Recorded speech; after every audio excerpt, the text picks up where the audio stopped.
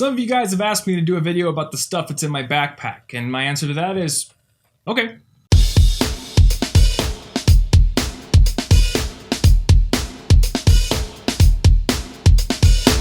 So let's talk about the bag first before I get into what's inside of it. This is the Manal carry-on. I actually backed it on Kickstarter a little while ago, and for traveling the world and going places, I think this is a fantastic bag. I'm able to fit everything that I need to carry with me inside of it. It opens up in a clamshell fashion. I absolutely love it.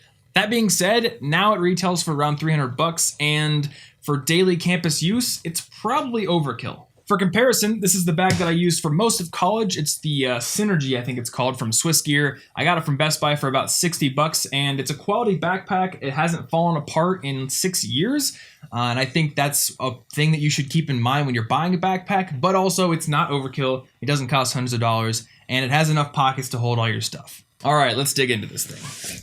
First up is my MacBook Air. This is probably the thing in my backpack I use the most because I'm always writing and going to coffee shops and working on stuff. I love the Air, absolutely amazing computer. If you're looking for a Windows computer that's very comparable, the Dell XPS 13 is an awesome option. Beyond that, I am not a laptop expert, but I can link to some laptop recommendations in the blog post for this video. I've also got an iPad mini. This is the first edition, so no Retina screen, but I mainly just use this for reading books. It's an upgrade from my Kindle, and I always keep it in the bag. I also usually have a print book because I like books, I guess. And right now I'm reading a book called Think Smart. It's a neuroscientist's prescription for improving your brain's performance. I'm hoping to learn some cool stuff from this book that I can build into new videos. So keep an eye out for that kind of stuff. I've also got a couple of paper notebooks. This is my main one, nothing fancy. It's an EnviroNotes recycled paper notebook. I think it costs about 65 cents. But if you watched my video on my task organization system, you'll know that a lot of what I do is on paper, and this thing is my catch-all. When I'm taking notes from an online course, they all go in here. When I'm doing my daily or weekly task lists, they go in here. Or when I'm creating B-roll lists for the graphics and animations I want to put in my videos, they go in here. Everything's in here. It's not very organized. It's probably not the best way to organize your notes if you're a student and have lots of classes, but it works for me. I've also got a cheap sketchbook in here for when I want to create drawings or illustrations for my videos, and if you've seen my video on how to ace your finals, you probably remember this drawing. So keeping it in my bag at all times is a good way for me to be able to draw things when I get inspiration if I don't happen to be here by my desk. Lastly, I've got a single purple folder as my catch-all for things like airline ticket stubs and anything else that needs to be put in a folder that's made of paper.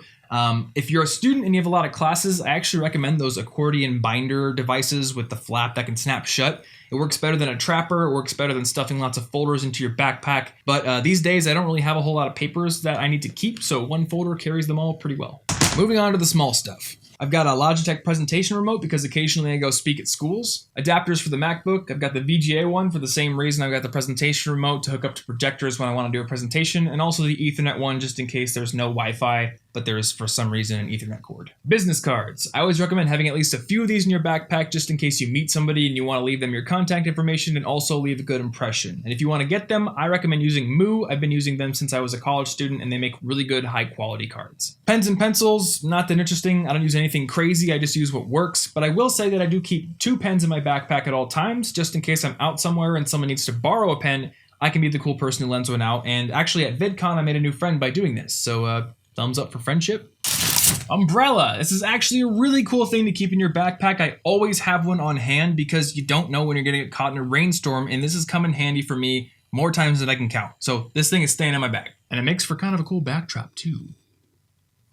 A really thin hoodie to deal with crazy air conditioning in coffee shops. Laptop charger, because I don't like sadness. iPhone charging cable, because same reason. Micro USB and mini USB cords. I used to have legit reasons for keeping these, camera and pocket Wi-Fi I think, but now I just keep them in here because people with Android phones always forget their phone chargers, and then they're very happy when I happen to have one. USB battery. I actually picked this up in Japan, came really in handy when I was out all day. My phone would tend to die. I don't use it too much here in the States when I'm just going about my business, but it keeps a spot in the backpack because it can come in handy. And of course, headphones. And lastly, a canteen for tea and water because this thing doesn't do so well in a backpack. Now, that's generally what I keep in my backpack on a daily basis today, but since I'm not a student anymore and there are other things I used to keep in the bag, I wanted to show you a few other items you might find useful. First up is actually a plug strip. I don't keep this in my bag on a daily basis, but whenever I travel, I do make sure to keep it along with this little 2-prong to 3-prong converter. This basically makes it so that even if all the outlets are taken in a coffee shop or an airport or a hostel,